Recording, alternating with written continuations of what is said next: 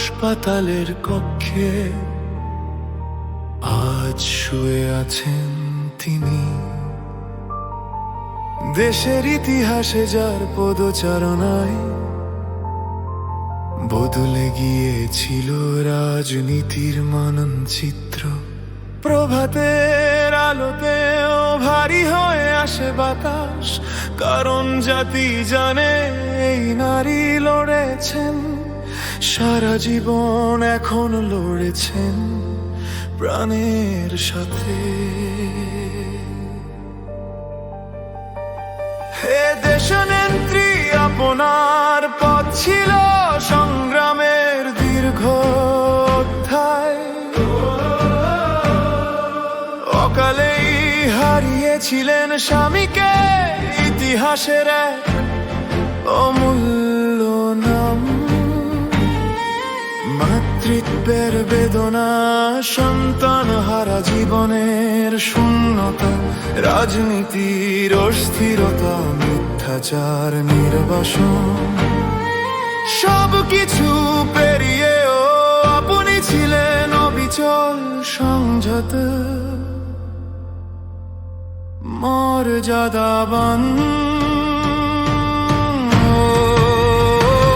মা খালেদা, সুস্থ হয়ে ফিরে আসুন, এই দেশ আপনাকে শ্রদ্ধা ও ভালোবাসায় প্রতীক্ষা করে। ও মা খালেদা, শক্তি হয়ে উঠুন আবার, দোয়া ও প্রার্থনায় আজ বাংলাদেশ এক তানে উচ্চারিত। সেরে উঠুন দেশনেত্রী, আমরা আছি আপনার পাশে।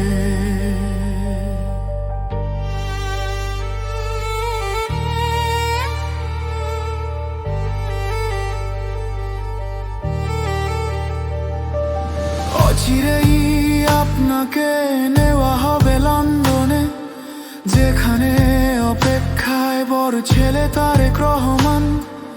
বছরের পর বছর যিনি প্রবাসে কাটিয়েছেন আপনার জন্য গভীর উদ্বেগে। চিকিৎসার পথ পাড়ি দিতে দিতে এক মায়ের চোখে ফিরবে সন্তানের মুখ।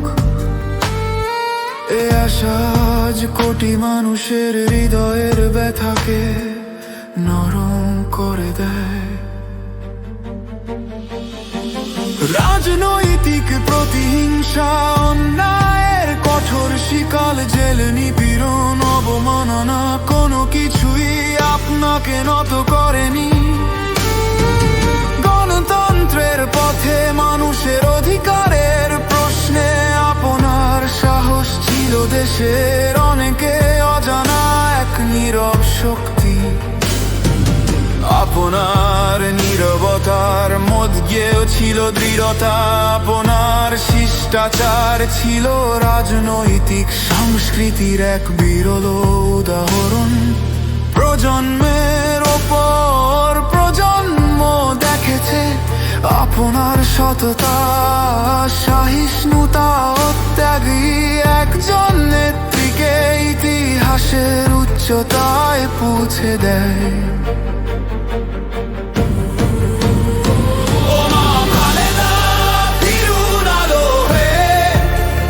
বাংলাদেশ আজ প্রার্থনায় একত্র।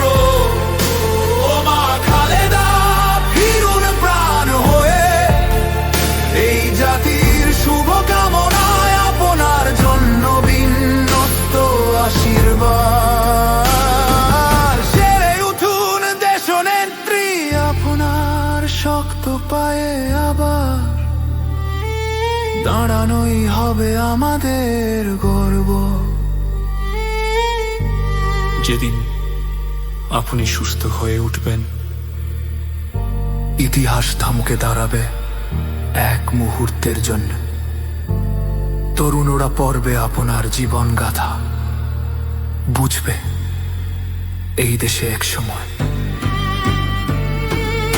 এক নারী এসেছিলেন মাতৃরূপে, যিনি সাহস, ন্যায়, মর্যাদা ও মানবিকতার বার্তা চেয়ে যার থেকে পেয়েছিলেন আশ্রয়।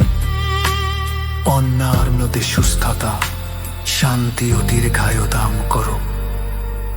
ফিরে আসুন দেশনেত্রে।